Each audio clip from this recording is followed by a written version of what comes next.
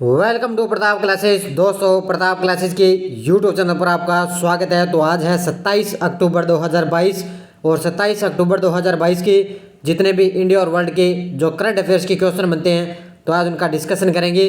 पूरा वीडियो ध्यान से देखना और लास्ट में आपसे क्वेश्चन पूछूंगा जिनके जवाब आपको कमेंट बॉक्स में देना होगा। तो सभी विद्यार्थियों को गुड मॉर्निंग। स्टार्ट करते हैं आज टुडे मोस्ट इम्पोर्टेंट क्वेश्चन। और जो भी विद्यार्थी हमारे चैनल पर नहीं है तो जरूर चैनल को सब्सक्राइब कर लें और इसके पास लिए बेल आइकन का घंटा दबा लें ताकि हम जैसे ही वीडियो अपलोड करें उसका नोटिफिकेशन आप तक पहुंच जाएगा। वीडियो लाइक और शेयर करते रहना। पीडीएफ आपको इसकी टेलीग्राम पर प्रताप क्लासेस सर्च करके वहां से आप डाउनलोड कर सकते हो और इस वीडियो के डिस्क्रिप्शन में भी टेलीग्राम का लिंक है, वहां जाकर भी इसकी पीडीएफ आप डाउनलोड कर सकते हो। तो सबसे पहले हम कल के क्वेश्चनों को रिवाइज कर लेते हैं। इसकी आपको क्विज भी टेलीग्राम पर मिल चुकी है, तो एक बार फिर से हम इनके क्वेश्चनों को रिवाइज कर लेते हैं। हाल ही में ऋषि सुनक किस देश के पीएम के रूप में नामित किए जाएंगे? तो ये हैं भारतीय मूल के, ये यूके के जो है पीएम के रूप में ये शपथ लेंगे।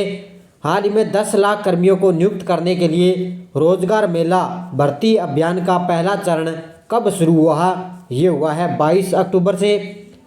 हाल ही में भारत की पहली माइग्रेशन मॉनिटरिंग सिस्टम का उद्घाटन किस शहर में किया गया? ये किया गया है मुंबई शहर में।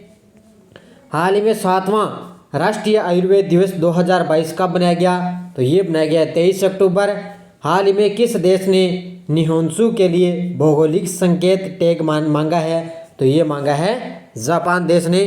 तो ये कल के क्वेश्चनों का रिवाइज था। स्टार्ट करते हैं आज की क्लास। पहला प्रश्न देखिए, हाल ही में फॉर्मूला 1 रेसिंग में यूनाइटेड स्टेट्स ग्रांड प्रिक्स का खिताब किसने जीता है? तो फॉर्मूला 1 रेसिंग में यूनाइटेड स्टेट्स ग्रांड प्रिक्स का खिताब जीता है मैक्स वेस्टपेन ने। किसने जीता है? मैक्स वेस्टपेन ने जीता है।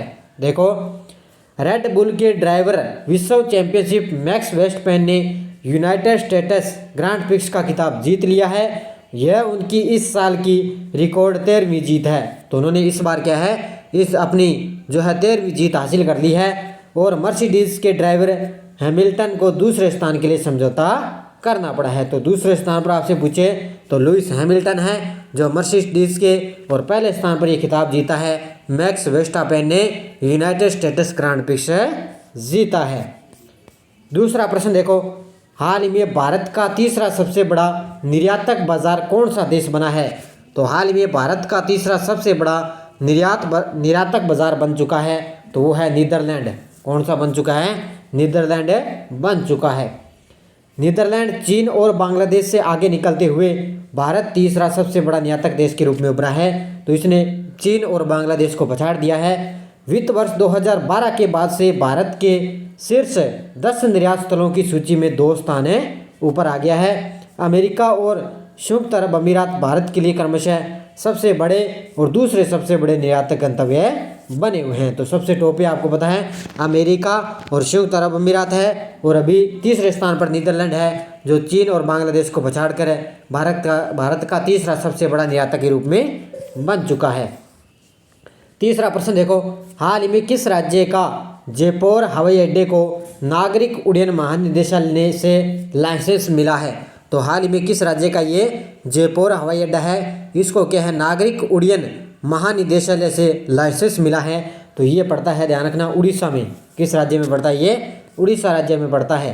देखो, नागरिक उड्डयन महानिदेशालय यानी कि डीजीसीए ने क्षेत्रीय कनेक्टिविटी योजना के तहत जयपुर हवाई अड्डे को वाणिज्यिक उड़ान संचालन करने का लाइसेंस दे दिया है। यानी कि ये उड़ीसा से लेकर यहाँ तक जयपुर तक किसी वाणिज्यिक उड़ान के लिए इसको लाइसेंस दे दिया।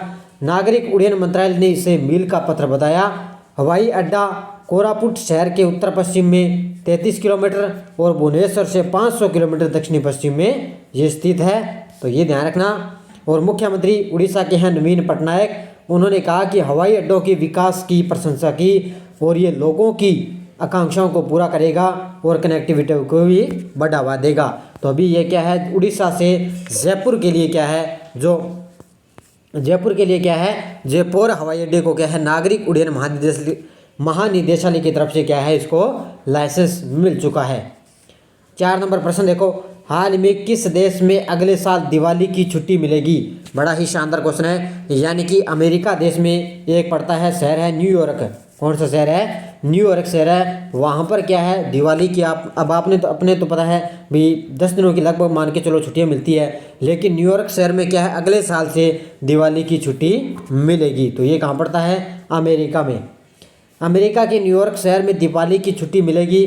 न्यूयॉर्क के मेयर एरिक एडम्स ने यह घोषणा की है कि उन्होंने घोषणा में कहा कि अगले साल यानी कि 2023 से शहर में हिंदुओं के त्यौहार दिवाली के लिए स्कूलों में छुट्टी रखी जाएगी। तो ये क्या दूसरे देशों में क्या है, यहाँ पे छुट्टी इतने इतने दिनों में नहीं रखी जाती दिवाली की, और अपने भारत में क्या है 10 दिनों की छुट्टी दी जाती है। तो इसी वजह से क्या है, अब अमेरिका के न्यूयॉर्क शहर में क्या है, अगले साल 2023 से यहाँ पे छुट्टियों का जो है छुट्टी रखी जाएगी।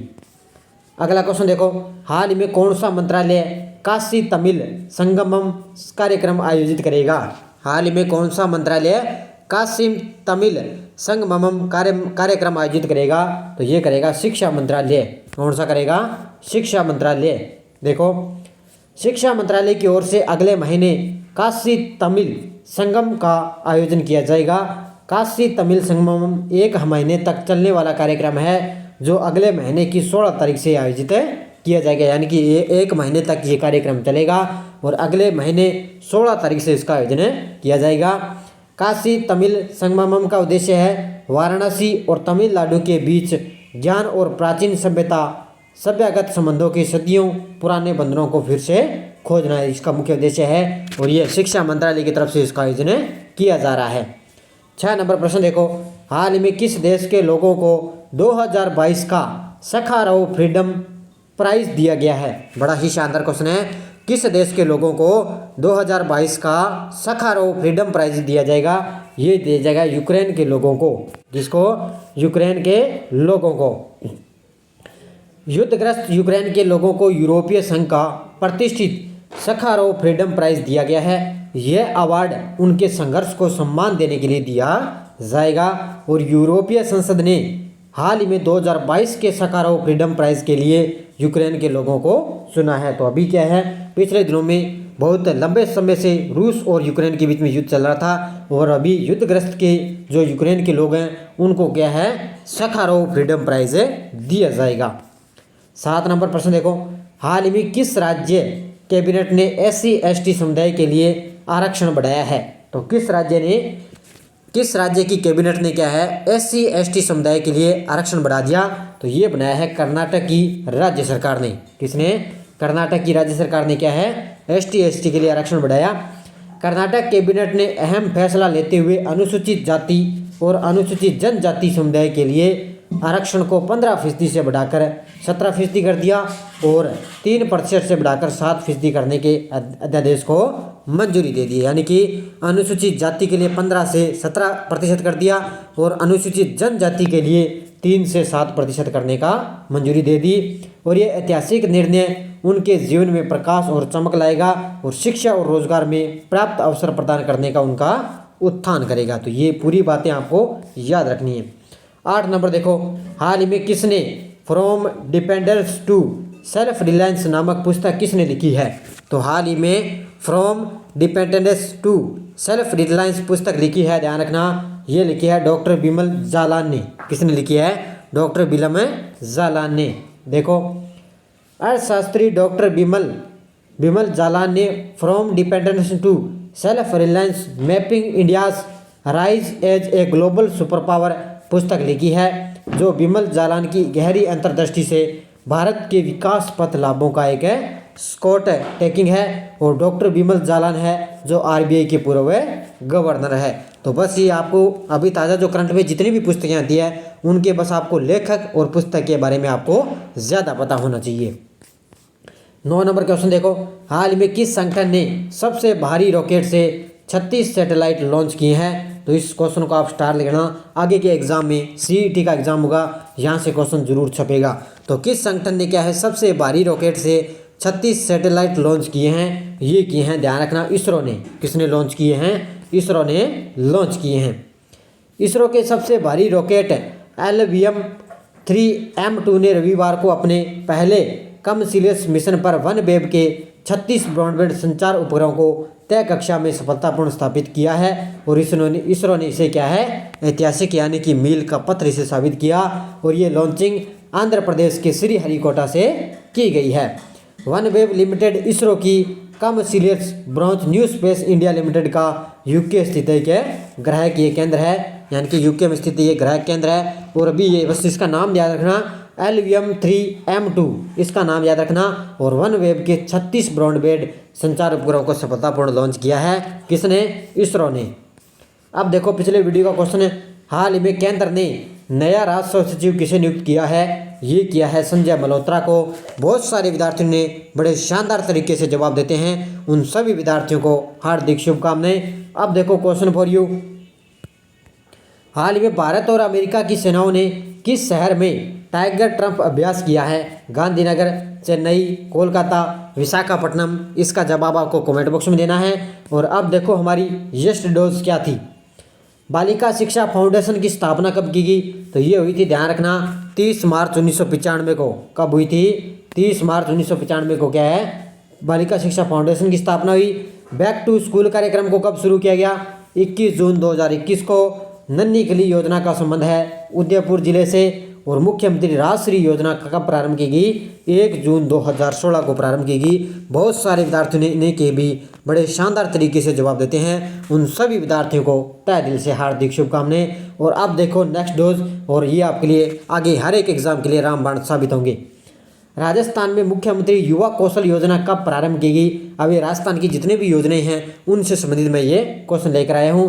राजस्थान सरकार की एक जिला एक उत्पाद योजना के अंतर्गत दुग्ध का संबंध किस जिले से है? भारत की प्रथम कृषि आधारित कुसुम और सौर ऊर्जा संयंत्र परियोजना को राजस्थान के किस गांव से प्रारंभ किया गया? और राजस्थानी मनरेगा सर्वप्रथम कब प्रारंभ की गई? इन चारों क्वेश्चनों के जवाब आपको शानदार तरीके से देने हैं। सारे विद्यार्थी जाते जाते लाइक करते रहना, वीडियो को शेयर करते रहना। क्विज आपको टेलीग्राम पर मिलती है, PDF आपको मिलती है और यहाँ पे क्वेश्चनों को रिवाइज भी करवाया जाता है। बड़े तरीके से शानदार तरीके से आपको क्लास मिलती है। तो धन्यवाद। जय हिंद, जय भारत।